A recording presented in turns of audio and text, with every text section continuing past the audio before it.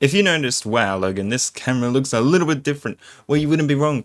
I didn't save my Elgato settings, and I had to update, and then they got reset. So I had to forge this new setting from the scraps.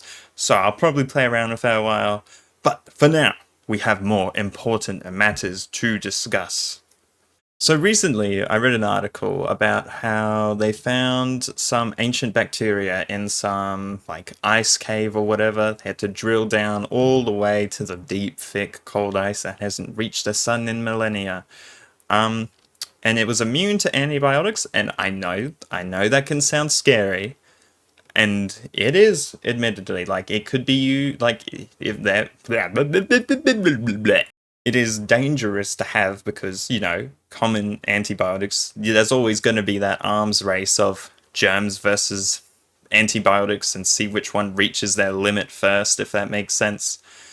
So it's a bit scary, but I completely took that scare factor and I kind of threw it out the window because I'm familiar with germs. I'm very familiar with germs. OCD man right here is familiar with germs. I know that may be a shocker, but I know there's good and there's bad germs.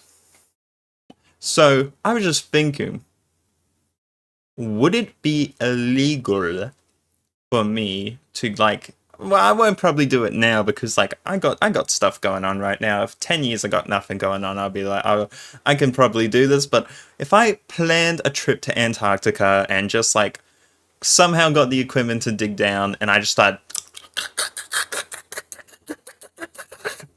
crunching down that ice, and infecting myself with lots of bacteria, would it be illegal to do? And you're saying, Logan, why would you infect yourself with bacteria that you don't know? And I say, number one, the biggest reason. What if I get some superpowers out of it? I'm just saying, like, like germs can do some pretty weird things sometimes. So is it really out of the ballpark to say I could get some benefit from germs of ancient nature? I'm just saying. Now, there's the 50-50% chance that if I don't quarantine myself, theoretically, in this theoretical idea, it could involve a pandemic or something like that. But is it not worth the 50% chance to not get infected and get something beneficial out?